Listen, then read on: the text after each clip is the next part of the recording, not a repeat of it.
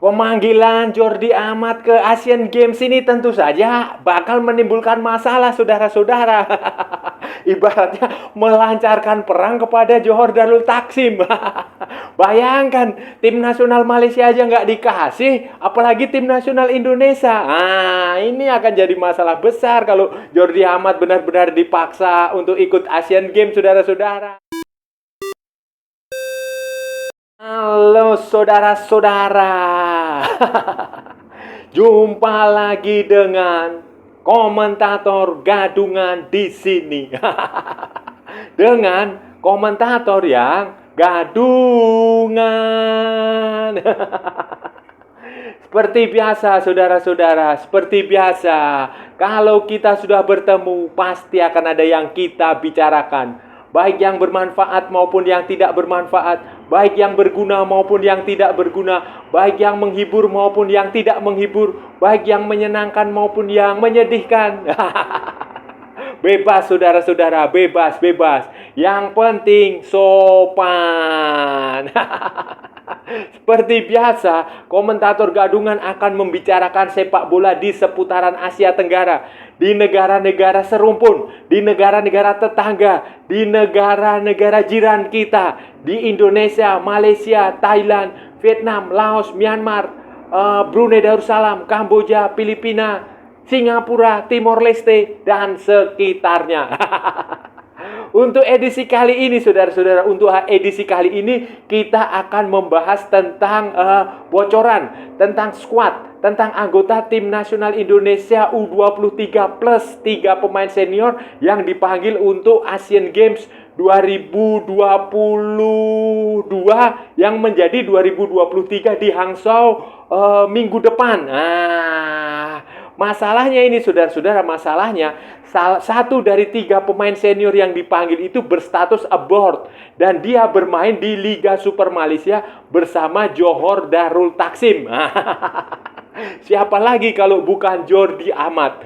Dan pemanggilan ini tentu saja akan menjadi beratlah. Ini ibarat kata melancarkan perang kepada JDT. Tentu saja susah sekali untuk mendapatkan izin dari JDT karena timnas Malaysia aja nggak diizinkan, apalagi timnas negara lain. Ini akan seperti apa, saudara-saudara? Ini akan kita bahas, akan kita ulas, akan kita analisis di edisi berikut ini. Nah, jadi begini saudara-saudara, Asian Games di Hangzhou yang seharusnya digelar tahun 2022 itu kan mundur menjadi 2023 karena ketika itu Cina tidak siap akibat merebaknya pandemi COVID-19. Mereka ada gelombang, nggak tahu gelombang ketiga atau gelombang keberapa lah. COVID-19. Jadi mereka tidak mau mengambil resiko sehingga diundur menjadi 2023. Tetapi tetap namanya Asian Games 2022 Hangzhou, China, Tiongkok. Dan itu akan digelar mulai minggu-minggu depan. Sepak bola sendiri Indonesia itu sesuai jadwal akan main tanggal 19, tanggal 21, dan tanggal 24 September 2023 dengan lawan-lawan yang akan dihadapi itu Kyrgyzstan, kemudian Cina Taipei atau Taiwan, dan ada Korea Utara. 3 lawan yang sebenarnya ya di atas Indonesia lah kualitasnya, kecuali Korea Utara kita tidak tahu karena itu misterius, dan biasanya pemain-pemain Korea Utara itu tampilnya kesetanan, tampil gila-gilaan kalau main di internasional karena tentu saja mereka takut kalau pulang nanti kalau kalah bisa dihukum tembak meriam sama Kim Jong Un. Jadi ini adalah grup yang relatif bagus, kecuali Taiwan. Kita tahu kemarin kita kalahkan Taiwan di kualifikasi Piala Asia U23 dengan skor 9-0. Kemudian ada Kyrgyzstan, tim dari Asia Tengah, dan Korea Utara itu tadi, saudara-saudara. Untuk itu PSSI ya mengutus tim yang akan diasuh oleh Indra Syafri. Bukan timnya Sintayong ya, saudara-saudara ya. akan diasuh oleh Indra Syafri dan akan pergi ke sana tanpa target. Walaupun tanpa target dan dihadang oleh sejumlah masalah, masalah teknis maupun non-teknis, Indra Syafri sebagai pelatih tetap berusaha mengumpulkan skuad terbaik. Skuad terbaik dari yang bisa dibawa Indonesia ke Asian Games. Nah, ada banyak sekali pemain muda, pemain U20 yang dipanggil untuk ikut pemusatan latihan. Kemudian beberapa lainnya juga pemain-pemain U23 yang kemarin ada yang ikut ke kualifikasi Piala Asia U23, ada yang ikut ke Piala AFF U23, ada yang tidak ikut.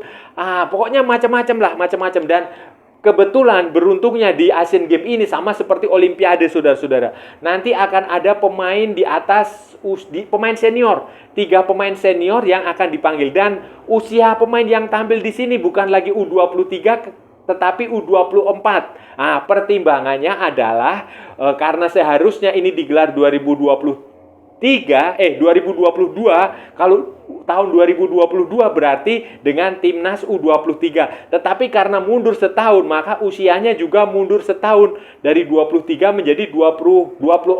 Ini sama persis dengan Olimpiade di Tokyo. Di Tokyo 2021. Yang seharusnya 2020 mundur menjadi 2021, kemudian waktu itu dengan tim nasional U24. Itu jadi sama persis dengan tim nasional yang usianya dinaikkan setahun dan ditambah dengan 3 pemain senior. Otomatis diharapkan pilihannya akan semakin banyak. Diharapkan pilihannya akan lebih merata. Diharapkan akan banyak pemain-pemain bagus tampil di situ, dan diharapkan kualitas Asian Games ini tidak akan jauh berbeda dengan Piala Asia U23 maupun Piala Asia U20 atau Piala Asia di level senior, saudara-saudara. Masalahnya Asian Games di Hangzhou ini tidak digelar pada saat kalender FIFA. Walaupun Asian Games itu juga memang bukan event FIFA, dia event IOC. Kalau di Olimpiade ya IOC, kalau di Asia ya Asian Olympic Committee atau apalah. Olympic Committee of Asia, OCA. Itu. Jadi bukan agenda FIFA, bukan agenda AFC, tetapi AFC juga dilibatkan untuk menjadi penyelenggara karena wasitnya juga semuanya dari AFC, perangkat pertandingannya, regulasinya juga regulasi milik AFC dan FIFA. Dengan tidak digelar di kalender FIFA ini, maka masalah yang lebih berat itu muncul karena tidak semua klub pasti akan mengizinkan pemainnya dipanggil, apalagi baru saja seminggu sebelumnya baru saja ada kualifikasi Piala Asia U23. Tentu saja banyak klub yang keberatan, banyak klub yang tidak akan melepas pemain. Banyak klub yang berharap, sudahlah nggak usah dikirim pemain U23, kirim saja pemain U20 atau U17. Kalau ngirim U17 nggak mungkin, karena tim nasional Indonesia U17 sedang bersiapan ke Piala Dunia U17 nanti bulan November. Yang paling masuk akal ya tim nasional U20. Nah, masalahnya juga kan, timnas U20 itu mayoritas juga ada yang sudah bermain di timnas senior. Di timnas senior dan di klub. Jadi juga problemnya sama aja, saudara-saudara. Hanya sebagian kecil saja pemain yang bisa tampil. Dan itu sendiri sudah ditegaskan oleh Indra Syafri, oleh BTN, Badan Tim Nasional Indonesia, oleh manajer Timnas Indonesia, oleh PSSI sendiri. Bahkan Erick Thohir juga sudah mengatakan, sudah menjelaskan bahwa ya tim ini pergi tanpa target. Ini akan diisi pemain-pemain muda untuk ada agenda jangka panjang untuk persiapan ke tahun depan dan sebagainya. Jadi ya itu masalahnya. Segudang masalah yang ada, saudara-saudara, PSSI sudah mengirimkan surat panggilan kepada klub-klub yang bersangkutan. Tetapi belum resmi dirilis karena PSSI juga masih melakukan negosiasi.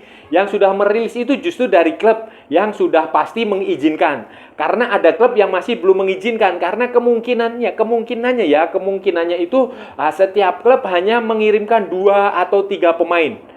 Setiap klub itu 2 atau 3 pemain. Ya sama seperti sebelum-sebelumnya lah, peraturan-peraturan sebelumnya kan juga begitu waktu zaman Luis Milla, waktu zaman Sintayong. Sekarang ini juga sempat diberlakukan seperti. Jadi satu tim mengirimkan 2 pemain usia yaitu tadi usia 23, 24 ke bawah yang dikehendaki oleh pelatih timnas Indra Syafri, pelatihnya. Di daftar-daftar pemain yang sudah muncul ke media sudah ada banyak sekali. Ya nggak banyak sih, ada beberapa pemain yang selama ini menjadi langganan di timnas senior maupun timnas U23. Contoh, Rizky Ridho dipanggil. Kemudian ada Kakang Rudianto dipanggil. Kemudian ada Robi Darwis dipanggil. Kemudian ada Taufani dipanggil. Kemudian ada lagi, siapa lagi? Dava Fasya dipanggil. Kemudian ada lagi, beberapa pemain yang muda, benar-benar muda sekali, seperti Hugo Samir. Itu juga dipanggil. Kemudian, ya ada beberapa lah. Kalau nggak salah itu sekarang ini yang sementara ini ya, daftar sementara itu kalau nggak salah itu sekitar 12, 13, 14 pemain, saudara-saudara. Itu termasuk 3 pemain senior yang akan diminta kesediaannya. Akan diminta kerelaannya untuk bergabung. 3 pemain senior itu siapa saja, saudara-saudara? Salah satunya adalah Irianto, Rahmat Irianto dari Persib. Kemudian ada lagi yang ini yang menurut saya cukup kontroversial adalah Jordi Amat. Jordi Amat itu masuk dalam skuad yang diproyeksikan tampil di Asian Games. Ya, pemanggilan Jordi Amat ini ya sama dengan memantik bara pertempuran, menantang perang lah gitu, kira-kira begitulah, menantang ribut, ngajak berkelahi Johor Darul Taksim, klubnya Jordi Amat. Nah, saudara-saudara, kawan-kawan saya di Malaysia, fans sepak bola Malaysia kan pasti tahu bahwa JDT, begitu kata orang Malaysia. Kalau kata orang Indonesia JDT, itu kan selama ini terkenal sebagai klub yang dalam tanda petik kalau istilah Indonesia pelit. Mereka tidak akan melepas pemain di luar agenda FIFA, di luar kalender FIFA. Itu tidak bisa, saudara-saudara, tidak bisa. Bahkan yang meminta tim nasional Malaysia pun tidak akan dikasih. Buktinya Piala AFF 2020. Itu yang mundur menjadi 2021 itu kan tidak ada pemain JDT yang dipanggil walaupun pada waktu itu pada saat libur. Nah, hanya Jordi Amat yang bisa.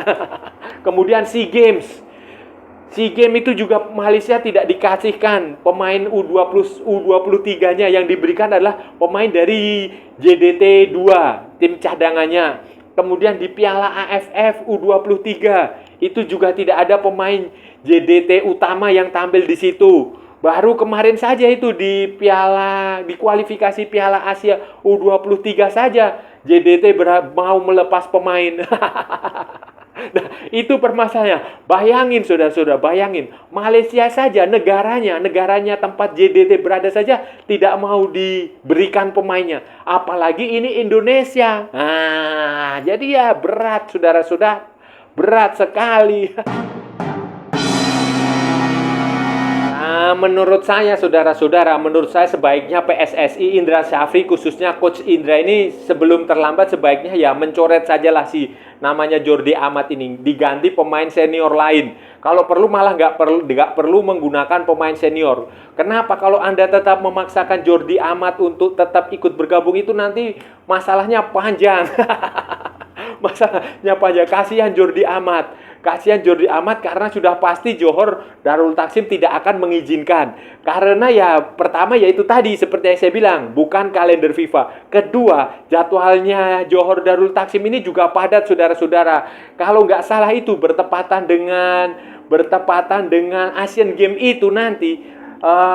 JDT itu akan tampil di kompetisi Malaysia. Kalau nggak salah mereka lawan Negeri Sembilan atau mana gitu. Kemudian masih ada lagi di Liga Champion Asia. Nah, Liga Champion Asia itu salah satunya kalau nggak salah Kawasaki Frontale atau mana gitu. Itu mereka akan menghadapi itu. Mereka juga tergabung di grup yang cukup sulit. Dan bagi Johor Darul Taksim, saudara-saudara, Liga Champion Asia adalah prioritas. Mereka sangat terobsesi untuk menjuarai Liga Champion Asia. Mereka sudah pernah menjuarai Piala AFC Dan sekarang mereka ingin mengejar Liga Champion Asia. Mereka ingin menjadi tim dari Malaysia pertama dan tim dari mana? Asia Tenggara kedua setelah Thai Farmer Bank yang mampu menjuarai kompetisi elit Asia. Nah, itu jadi tidak akan dikasih karena sebagai tim yang sudah perkasa, sudah juara 10 kali. Bayangin 10 kali beruntun di Malaysia, di Liga Super Malaysia. JDT sekarang sedang berusaha untuk naik kelas, next levels. Berusaha untuk menjadi yang terbaik di Asia. Di Asia ini bukan di ASEAN lagi, tapi di Asia. Dan tentu saja mereka membutuhkan semua sumber daya yang dimiliki, membutuhkan semua pemain terbaiknya, membutuhkan tim yang tangguh, membutuhkan semuanya lah. Dan ya saya berani bertaruh lah. Jordi Amat tidak akan dikasih, saudara-saudara. Solusinya bagi PSSI bagaimana? Bagi Coach Indra, bagi Indra Syafri, bagi Timnas Indonesia U24 plus 3 pemain senior. Solusinya gampang saja. Udahlah, karena kita tampil di situ tanpa target, tidak dibebankan target ya. Ini Asian Games ini saatnya buat regenerasi sajalah. Regenerasi, panggil semua pemain U20, panggil pemain-pemain dari Liga 2, pemain-pemain muda usia 21, usia 19, usia 18, dipanggil semuanya. Kalau perlu memang nggak perlu ada pemain dari senior, nggak perlu. Kemudian kalau perlu juga nggak usah ada pemain U23, 24 yang sudah biasa menjadi skuad inti di klub. Tidak perlu. Pemain-pemain yang kemarin tampil di kualifikasi Piala Asia U23 juga nggak usah dipanggil lagi. Pemain yang tampil di SEA Games 2023 juga nggak usah dipanggil lagi. Pemain yang tampil di Piala AFF U23 usah dipanggil. Kalau menurut saya, pendapat saya pribadi, mayoritas full pemain U20. Itu jauh lebih bagus, saudara-saudara. Jauh lebih bagus pemain U20, U19, U18, atau pemain-pemain U17 yang generasi sebelumnya, yang sekarang sudah usia 18, itu dipanggil semua. Kenapa? Karena ini nanti buat regenerasi. Buat regenerasi ke depan, agendanya akan panjang lagi. Kan nanti tahun depan juga ada Piala AFF U19. Nah, pemain-pemain ini bisa dimainkan di situ. Berhubung tidak ada target, dia main santai saja. Mencoba pemain muda mendapatkan kesempatan, mendapatkan jam terbang, memberi mereka pengalaman, memberi mereka kesempatan bermain di level atas, memberi mereka jam terbang, istilahnya? Ya, kesempatan bermain lah. Merasakan bagaimana menghadapi tim-tim dari sesama negara anggota Asia ya, ini ya, bukan ASEAN. Itu jauh lebih penting, dan ini akan jadi modal yang berharga nanti tahun depan, tahun depannya lagi, tahun-tahun berikutnya, saudara-saudara. Nah, saudara-saudara, itu tadi pembahasan kita hari ini, saudara-saudara. Kita sudah bicara panjang lebar tentang Timnas Indonesia yang akan tampil di Asian Games Hangzhou atau Hangzhou. Nah, itulah pokoknya di Cina pada tanggal berapa ya? Pokoknya September. Minggu depan, saudara-saudara. Dan salah satu pemain yang dipanggil adalah Jordi Amat, satu dari 3 pemain senior yang diizinkan tampil di Asian Games. Nah, masalahnya Jordi Amat tidak bermain di Indonesia, melainkan di Malaysia. Dan ini tentu saja tidak akan mendapatkan izin, saudara-saudara. Ya, keputusannya belum ada, tetapi prediksi saya, ramalan saya, insting saya mengatakan Jordi Amat tentu saja tidak akan diizinkan JDT untuk bermain di Asian Games untuk membela tim nasional Indonesia. Kenapa, saudara-saudara? Karena Asian Games bukan kalender FIFA. Selain itu, Jordi Amat juga pemain penting di Johor. Dia adalah kapten tim, dan agenda Johor pada saat bersamaan itu juga sangat padat. Ada kompetisi di Malaysia, ada juga Liga Champion Asia. Kalau nggak salah ada 2 pertandingan Liga Champion Asia yang bertepatan dengan kalender Asian Games. Nah, jadi ya ini susah. Dan saya rasa sudah cukup ya, saudara-saudara, pembahasan kita hari ini. Kita sudah bicara panjang lebar sampai mulut saya berbusa-busa, sampai mulut saya tidak bisa berkata-kata lagi. Nah, kalau ada salah-salah ya mohon maaf, saudara-saudara. namanya juga gadungan. Tetapi kalau benar berarti sebuah kebenaran. Kalau saudara-saudara merasa channel ini bermanfaat, berguna, menghibur, menginspirasi, silahkan like, share, and subscribe. Tapi kalau tidak, saudara-saudara, abaikan saja. Skip, jangan ditonton, tetapi jangan juga di-report. Kasihan saya, saudara-saudara. Ikuti pula akun media sosial Komentator Gadungan, ada di Instagram, ada di Facebook, dan ada di TikTok. Oke, saudara-saudara, sampai bertemu lagi di edisi-edisi berikutnya dengan tema-tema yang jauh lebih tidak berguna, dengan tema-tema yang jauh lebih tidak bermanfaat, dengan tema-tema yang jauh lebih membosankan. Oke, saudara-saudara, sampai bertemu lagi. Salam olahraga dan merdeka!